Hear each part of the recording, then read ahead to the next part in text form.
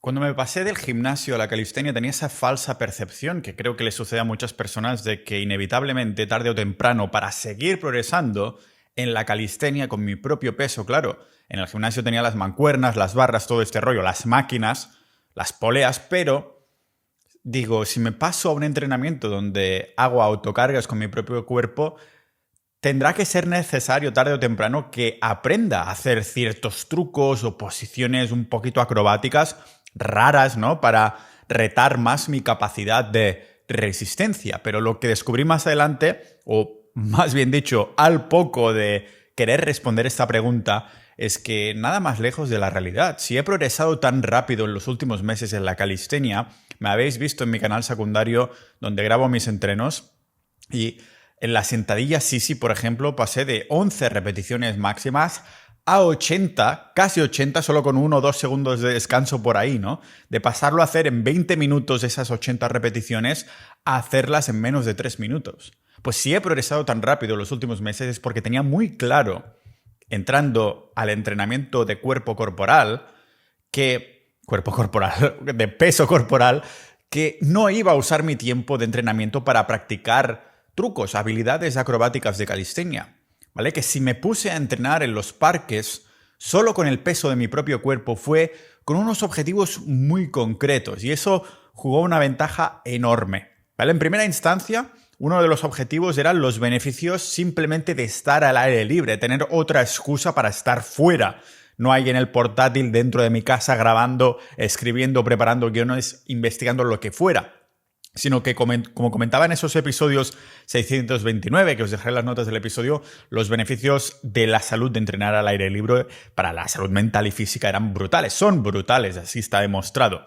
Pero también para convertir mi entrenamiento en lo máximo de minimalista que pudiera, en todo su esplendor. Estamos hablando tanto de tiempo, de material, por frecuencia, por volumen, por ejercicios.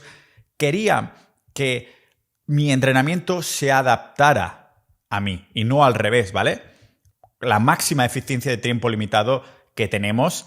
Entonces digo, si tengo X tiempo para entrenar, tengo que hacer que el tiempo sea uno de los factores, no el peso, no las repeticiones, no las series, sino lo que hago con el tiempo que tengo para entrenar, ¿vale? Especialmente para las personas multipotenciales que queremos hacer mil y una cosas. Pero también para no depender de encontrar siempre un gimnasio, ¿no? Y estar ahí, que tengo que estar mínimo 4 semanas para aprovechar económicamente la membresía de ese mes concreto. Si voy a un país y voy a estar 2, 3 semanas, digo, hostia, tengo que pagar 4 semanas o tengo que pagar cada entrada que ahora ha pasado de 5 euros a 10 euros, algo así, ¿vale? Así que quería que el entrenamiento fuera algo que me diera más libertad y no al contrario, que, como digo, que el entreno se encajara en mi día y no al revés, no que mi día tuviera que encajar en el entreno.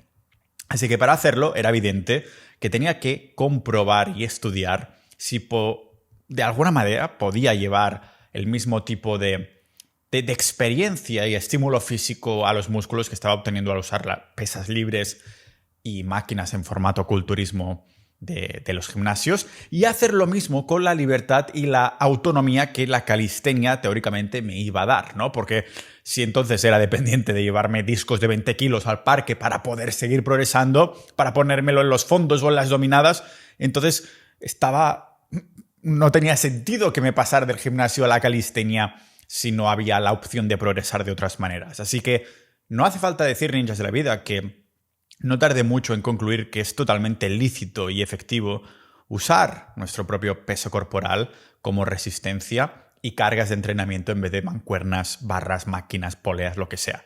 Y solo hace falta ver las medidas y las proporciones, ¿no?, de estos cuerpos estéticos de los atletas de calistenia que practican, por ejemplo, la calistenia con peso, sí, pero también la calistenia de fuerza-resistencia, ¿vale? En la que van a máximo de repeticiones, máximo de volumen, al cansancio, a la fatiga, y seguramente algunos están ciclados, pero también hay otros que no lo estarán y que están ahí compitiendo, ¿no? Son cuerpos mucho más parecidos a los cuerpos de un gimnasta que no a los culturistas de gimnasio u otras disciplinas. Pero claro, mirando vídeos de esta gente me di cuenta que sí, eran capaces, no dejaban de hacer ejercicios impresionantes tipo planchas frontales, los muscle ups, el pino y ejercicios ciertamente con al menos más o menos medida acrobáticos, que sobre todo en los últimos años se han puesto muy de moda gracias o por culpa de las redes sociales. Así que mi máxima atención a la hora de entrenar en los parques no fue preguntarme si omitir las pesas me daría resultados, porque ya sabía que la respuesta era que sí, sino preguntarme si podía omitir los ejercicios acrobáticos para desarrollar un cuerpo de atleta de calistenia, al fin y al cabo. Así que en el episodio de hoy os quiero hablar del truco de no hacer trucos, es decir, el truco de cómo enfocar un entrenamiento de calistenia o por qué lo enfoco de tal manera que mi objetivo no es hacer cosas acrobáticas, sino que se puede mejorar el entreno corporal sin necesidad de incorporar todo esto que vemos tanto en redes, porque si lo vemos al fin y al cabo es porque es impresionante de ver, ¿no? Son cosas que no muchos humanos, menos del 1% de la población, puede hacer con su cuerpo cuando ves haciéndolos esos trucos a una mano, a dos manos, a no sé qué, a piruetas, cosas así. Realmente también se pueden comparar los cuerpos de los calisténicos que entrenan con fuerza de resistencia porque hay muchas disciplinas y competiciones de calistenia. Hay con peso, haciendo 3 ejercicios básicos, como son los fondos, las dominadas y no sé qué más. O sea, hay muchas vertientes y a mí me fascina comparar, ¿no? Cómo lucen la mayoría. Por ejemplo, los que hacen estáticos y que hacen acrobacias lucen menos musculosos que los que hacen tantas repeticiones y volumen de entrenamiento, que seguramente es uno de los factores que hace ganar masa muscular al fin y al cabo. Así que a raíz de esto ya tenía muy claro que no iba a practicar trucos, pero vamos a hablar de qué sucede por detrás, en el backstage de no querer hacer estos trucos de calistenia como una de las fuentes principales que me han hecho que aumentara tantas repeticiones y en estos últimos meses quiero continuar haciéndolo para ver a dónde puede llegar mi cuerpo a entrenar de esta manera. A lo mejor llego a una conclusión que digo, bueno, realmente no tiene mucho sentido para mí, no he mejorado tanto como creía, etc. Por ejemplo, cuando estuve haciendo el método de entrenamiento Bilbo para aumentar todas mis marcas, las aumenté súper rápido. Pero cada entreno te dejaba una fatiga, una de estos sin aire, que mi cuerpo respondió muy bien. Hasta tengo un vídeo en mi canal secundario donde se ve un antes y un después de solo 2 meses utilizando el método Bilbo. Pero uno de los factores más importantes en mi vida, sobre todo en los últimos años, que estoy poniendo muchísima importancia, es así me veo haciendo eso a esos niveles a décadas vista. Y lógicamente en el método Bilbo pues es algo que si tuvieras que competir o si tienes ciertos objetivos específicos, no me lo veo haciendo porque no sé hasta qué punto tampoco puede ser algo que pueda adoptar como tal, ¿no? En cambio, los tipos de entrenamiento que estoy haciendo ahora son un poquito distintos en este sentido y sí que los veo más a longevidad atlética, como me gusta llamarlo a mí. En cambio, los trucos de calistenia no creo que se vayan a mantener o que sea más propenso de mantenerlos con el tiempo, porque al fin y al cabo no dejan de ser una habilidad. De hecho, el episodio de hoy va de esto, de la combinación de habilidad, tensión, tiempo, todo lo que influye en los factores de fuerza, de hipertrofia, de habilidades atléticas, al fin y al cabo. Y lo vemos aquí en este podcast, Biopotencial de Pau Ninja.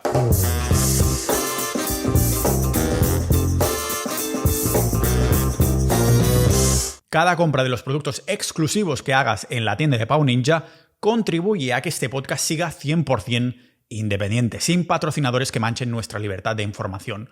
Usa el cupón Mandíbula como descuento de agradecimiento cuando busques tienda Pau Ninja en Google o en las notas del episodio para añadir a tu arsenal anillas de calistenia, el accesorio más infravalorado pero efectivo para sostener nuestra longevidad atlética. Chicles duros para entrenar el músculo más estético que existe, la mandíbula, que son mis chicles 10 veces más duros que cualquier modelo comercial y de solo un ingrediente natural que además es reutilizable. O las gomas de calistenia, únicas en el mercado para medir tu progresión porque son numeradas y las he patentado. Apoya tu progreso y al podcast armándote para la vida en la tienda de Pau Ninja mientras sigues disfrutando de este episodio.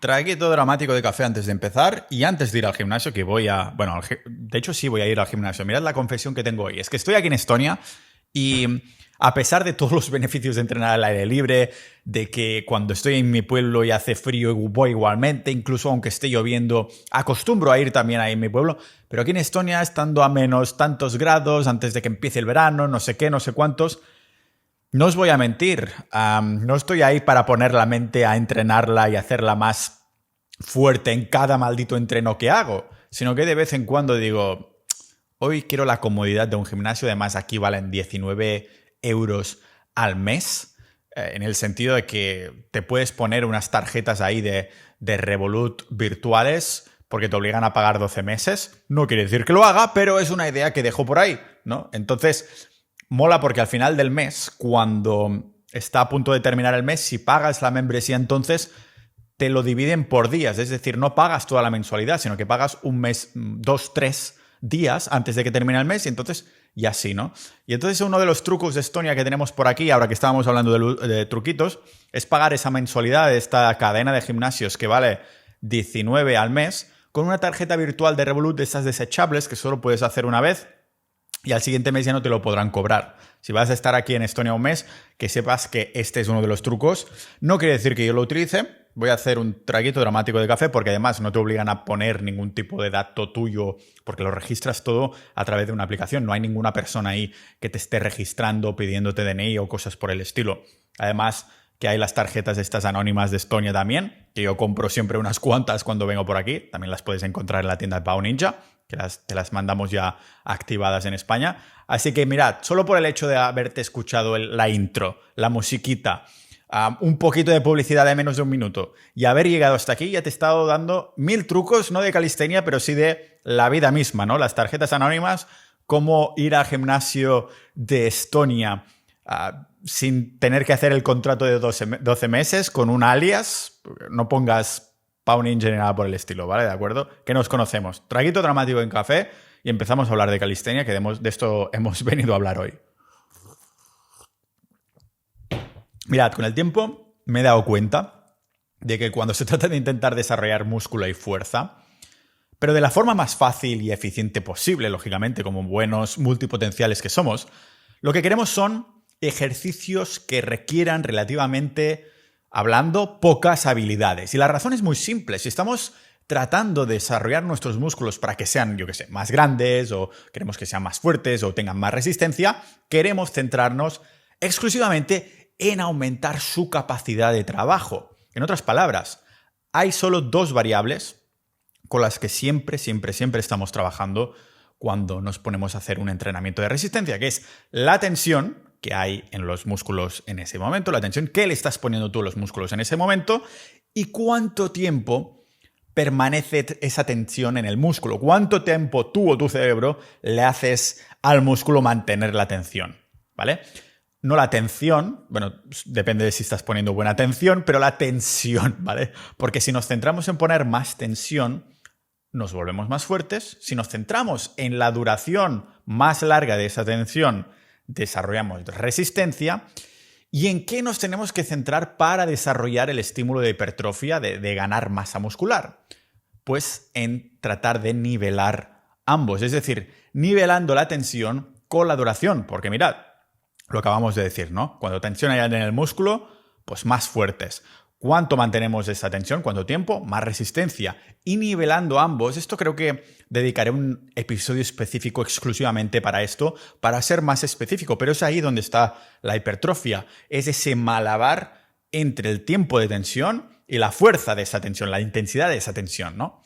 Cuando nuestra estabilidad o coordinación es el eslabón débil en lo que estamos tratando de hacer, el ejercicio que sea, no es tan fácil, lógicamente, si estás en un entorno de desestabilización, de falta de coordinación, es mucho más difícil desafiar efectivamente la fuerza o la resistencia y tampoco la capacidad de trabajo general de los músculos. Y eso no quiere decir que el trabajo de una habilidad específica, como yo que sé, por ejemplo, hacer el pino, no sea efectivo, sin duda es mucho más bonito de ver, pero que no quiere decir que no sea efectivo para desarrollar músculo y fuerza. Claro que lo es, pero en esa habilidad específica. Porque voy a intentar responderle, ninjas de la vida, antes de que lo empiecen a escribir, que ya me lo estoy imaginando en los comentarios de ¿pero qué dices? Si esta persona puede hacer esa habilidad y está súper cachas haciéndola, ¿no? Y es más fuerte que el 0,01% de la población. A lo que yo respondo totalmente. Pero yo rebatiría que no fue el trabajo o la capacidad de poder trabajar y aprender a hacer esa habilidad lo que le dio ese físico. Porque muchas veces cuando intentamos desarrollar X habilidades de calistenia, se construye sobre una base de primero desarrollar esa capacidad de trabajo muscular, es decir, sobre una base de fuerza y o resistencia, y luego se construye las habilidades sobre estas bases, sobre estos fundamentos. Personalmente, mi foco, como os decía en la introducción, es la eficiencia y la libertad del entrenamiento con peso corporal. ¿Que me molaría aprender a hacer el pino a una mano y hacer así, y mover el cuerpo como si... Porque cuando hago el pino ahora, es como que mis pies están muertos, apenas les puedo estar dando órdenes, ¿no? ¿Te interesa la calistenia, el fitness minimalista, la longevidad atlética, pero también, yo qué sé, por ejemplo, Bitcoin o negocios online, salud ancestral, cripto o desarrollo personal? Si te han dicho que tienes que especializarte en algo, pero te encanta explorar multitud de temas dispersos y algo raros, no estás loco. Ya somos 1000 multipotenciales como tú, reunidos en Sociedad Ninja, la única comunidad privada de generalistas, polímatas, hombres del renacimiento, ninjas de la vida, creada para multipotenciar nuestra salud, dinero, mente y la comprensión del mundo. Uniéndote, no solo contribuyes a que este podcast siga independiente y libre, sino que desbloquearás canales donde compartimos programas, libros y diarios de entrenamiento, debates, boletines, episodios privados y montones de recursos de aprendizaje sobre salud, calistenia y 1000 temas interesantes. Descuentos también especiales en los productos de salud y fitness de la tienda de Pau Ninja. Pero date prisa porque este es el último año que abrimos puertas a nuevos miembros. Asegura tu plaza ahora y mira cómo la suscripción se paga sola uniéndote a Sociedad Ninja mientras sigues disfrutando de este episodio. Claro que me molaría, sin duda, hacer el pinito ahí a una mano y todo el rollo. De hecho, mi pino ya ha ido progresando porque muchas veces me quedaba en el gimnasio simplemente motivado con mi musiquita, sin saber qué hacer. Así que hace cuestión de un par de años, antes de que empezara a entrenar en los parques de calistenia, pues me quedaba con ganas de más y simplemente practicaba el pino. Y creo que es uno de los motivos, paradójicamente, porque estoy hablando de por qué las habilidades es algo que no practico, los trucos de calistenia para llamarlo así, pero fue lo que me hizo pensar, hostia, ¿puedo desarrollarme sin hacer estas habilidades? Pues con la idea de estar ahí motivado, de quedarme en el gimnasio, pues vi cómo mejoraba muchísimo, ¿no? Pero que haya mejorado esa habilidad, en este caso específico es hacer el pino, no quiere decir necesariamente que tenga que ser efectivo para desarrollar fuerza y músculo. Si esos fueron exactamente mis objetivos, pues me quedaría ahí a hacerlo y ya está. Que seguro que lo ha hecho porque inevitablemente ha hecho que pasara más tiempo con los brazos y hombros aguantando mi peso corporal boca abajo. Es decir, que es que el pino da músculo y fuerza. Bueno, realmente no es que sea el pino en sí, ¿no? O sea, no es la habilidad del pino, es que has pasado más tiempo, más tensión, más volumen con los hombros ahí trabajándolos, ¿vale? Además de que está clarísimo que hay cierto grado de habilidad incluso en los ejercicios de fuerza y musculación más bajos, o más dicho, de menor habilidad. Lo que quiero decir con todo esto es que tardas muchísimo más tiempo en aprender esa habilidad cuando ya le podrías haber dado muchísimo más volumen, tensión y tiempo a ese músculo con habilidades más, bien dicho, que te demanden muchísimo menos. Porque incluso por todos los beneficios que hay entrenar, por ejemplo, con anillas, se requiere de cierto grado de control, coordinación, estabilidad y fuerza para hacer unos fondos bien hechos. Por esto mantengo un enfoque, personalmente, que es muy poco técnico en todos mis entrenamientos de calistenia. Porque como siempre digo, solo quiero involucrarme de verdad en lo que me vea haciendo a 80 años vista. Y estoy en un punto en el que pienso que centrarme en los fundamentales siempre me ayudará a ser más propenso a seguir haciendo lo que hoy hago a décadas vista. Por esto, simplemente quiero poner las probabilidades a mi favor para crear adecuadamente este estímulo que quiero en cada entrenamiento, para desafiar la cantidad de tensión en el músculo, la resistencia del músculo o una combinación de ambos, porque van de la mano y vamos a hacer un traguito dramático de café antes de que se me enfríe. Y sé lo que estáis pensando algunos en este principio de especialización, ¿no?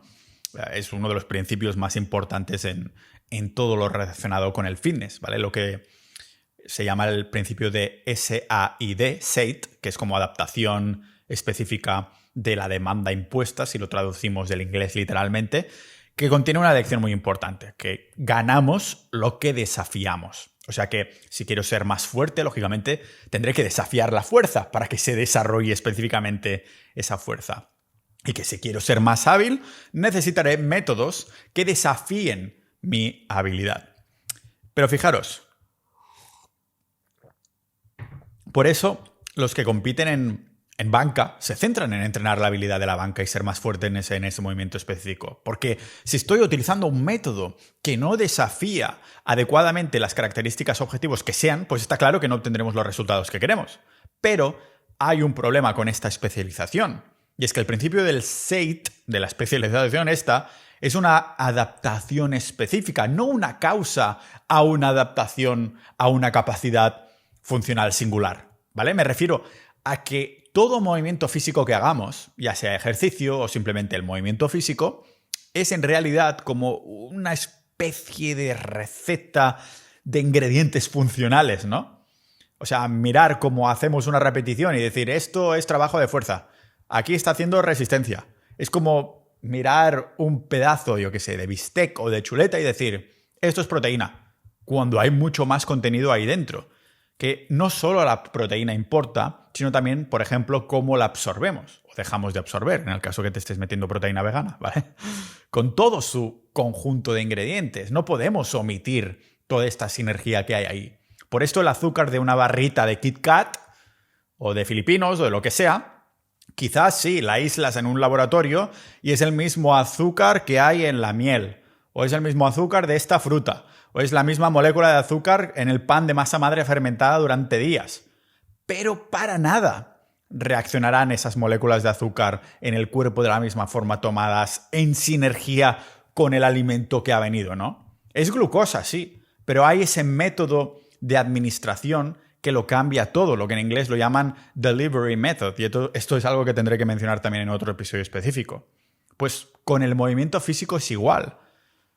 Todo es como una receta que incluye montones de ingredientes que tienen sinergia entre sí, pero a veces ponemos más o menos de estos ingredientes según veas, ¿no? Según el ejercicio o la naturaleza del entreno, ¿vale? En el que decidimos en ese momento si añadimos más o menos de capacidades funcionales, más o menos de estabilidad, más o menos de resistencia, más o menos de fuerza. Incluso la fuerza en sí misma es multifacética porque tienes fuerza. No solo fuerza como tal, sino fuerza en distintos músculos, en diferentes aplicaciones de esa fuerza. O sea que reconocer que toda actividad y ejercicio es como una receta de capacidades funcionales es muy útil porque de lo contrario, si te centras solo en un ingrediente, nada tiene que ver. Porque entender que una receta nos abre al hecho de que la habilidad desarrolla la fuerza y la fuerza desarrolla la habilidad. Es un enfoque cíclico y holístico en el que todo se construye sobre todo lo demás, ¿vale? Y las pruebas de esta relación están por todas partes. Solo hace falta que nos fijemos un poquito. Porque, mirad, por ejemplo, pensad, por ejemplo, en los equipos de fútbol o de básquet o de pádel o de golf, ¿vale? Pensemos en el deporte profesional que pensemos. Hay entrenadores de fuerza y acondicionamiento para ese deporte específico, aunque ese deporte específico no requiera de fuerza o acondicionamiento específico como tal. Es decir, yo qué sé, el golf, ¿vale? Que es un deporte de aplicación de habilidades. No necesitas mucha fuerza para coger esa pelota de golf, coger el palo y darle con toda la fuerza que quieras, ¿vale? Es la técnica y la precisión, pero los profesionales de ese deporte saben que si se hacen más fuertes pueden jugar, no necesariamente más fuertes, pero sí hacer mejor su habilidad, que es el golf, ¿vale? Están desafiando todo lo que pueden porque es sinergístico, holístico. Porque recordemos lo que decía, obtenemos lo que desafiamos. Si estoy desafiando la fuerza de mis cuádriceps se van a fortalecer sin importar cómo lo haga, sin importar cómo lo haga. Porque no importa si se trata de sentadillas pistol, de sentadillas libres con barras, subir corriendo un tramo de escalera a toda velocidad, o como lo hago yo con mis sentadillas Sisi haciendo el método EMOM, ¿vale? Puede que haya un gran componente de habilidad específica en hacer las sentadillas Sisi, porque cuando lo haces por primera vez, pues sí, requiero más fuerza de la que tenía, ¿vale? Antes en mis cuádriceps, y mis cuádriceps lógicamente mejorarán, es inevitable.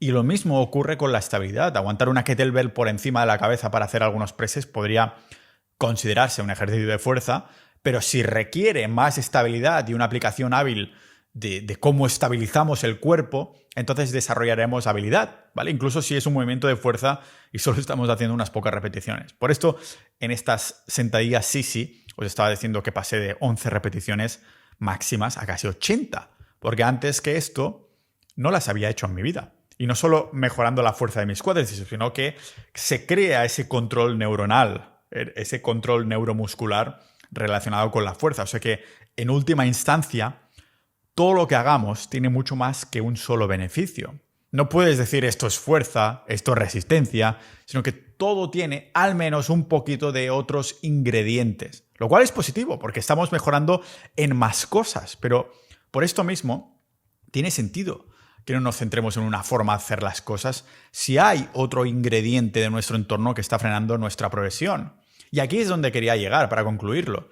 Si no hago trucos de calistenia, es porque considero que entrenando con los básicos del peso corporal, de las autocargas, es mucho más productivo por todos estos motivos que os he mencionado durante el episodio de hoy. Haciendo malabares de tensión muscular con el tiempo es mi forma de ser el máximo de productivo, no en esta falta de...